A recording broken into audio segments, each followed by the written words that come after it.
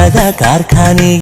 Hi hello welcome back to my YouTube channel. ಇದು ಬಂದು ಯುಗಾದಿ ಹಬ್ಬದ ಬ್ಲಾಗ್. ಹಾಗೆ ನಾನು ಬೆಳಗ್ಗೆನೆ ಚಿಕ್ಕ ಪುಟ್ಟ ಕೆಲಸ ಮುಗಿಸ್ಕೊಂಡು ನೆಲ ಹೊರಿಸ್ಕೊಳ್ತಾ ಇದ್ದೀನಿ. ನೆಲ ಹೊರಿಸ್ಕೊಳ್ಳೋಕೆ ನಾನು ನೀರಿಗೆ ಗಂಜಲನ್ನ ಸೇರಿಸ್ಕೊಂಡು ನೆಲ ಒರೆಸ್ಕೊಳ್ತೀನಿ. ಹಾಗೆ ನೆಲ ಎಲ್ಲ ಒರೆಸ್ಕೊಂಡ ನಂತರ ಹೊಸಲು ಪೂಜೆ ಮಾಡ್ಕೊಳ್ಳೋಣ ಅಂತ ಹೊಸಲೆಲ್ಲ ಕ್ಲೀನ್ ಮಾಡ್ಕೊಂಡು ಅದಕ್ಕೆ ಅರಿಶಿನ ಹಚ್ಕೊಂಡು ಅರಿಶಿನ ಕುಂಕುಮ ಹಚ್ಕೊಂಡು ಹಾಗೆ ರಂಗೋಲಿ ಸಹ ಬಿಟ್ಬಿಟ್ಟು ನೋಡ್ತಾ ಇದ್ರಲ್ಲ ಈ ತರ ಬಂದಿದೆ. ಹಾಗೆ ರಂಗೋಲಿ ಯಾವ ತರ ಬಂದಿದೆ ಅಂತ ಕಮೆಂಟ್ ಬಾಕ್ಸ್ ಅಲ್ಲಿ ಕಮೆಂಟ್ ಮಾಡಿ. ಹಾಗೆ ನೋಡ್ತಾ ಇದ್ರಲ್ಲ ಅಲ್ಲಿಂದ ಒಳಗಡೆ ಬಂದು ಹಾಗೆ ಗ್ಯಾಸ್ ಮತ್ತೆ ಕ್ಲೀನ್ ಮಾಡ್ಕೊಂಡು ಅದನ್ನು ಸಹ ಪೂಜೆ ಎಲ್ಲ ಮುಗಿಸ್ಕೊಂಡು ಅನಂತರ ಇವತ್ತು ಯುಗಾದಿ ಹಬ್ಬ ಆಗಿರೋದ್ರಿಂದ ನಾನು ನನ್ನ ಮಗನಿಗೆ ಅಭ್ಯಂಜನ ಸ್ನಾನ ಮಾಡಿಸೋಕೆ ನಾನು ಈ ತರ ಎಲ್ಲ ಪ್ರಿಪರೇಷನ್ ಮಾಡ್ಕೊಂಡಿದ್ದೆ.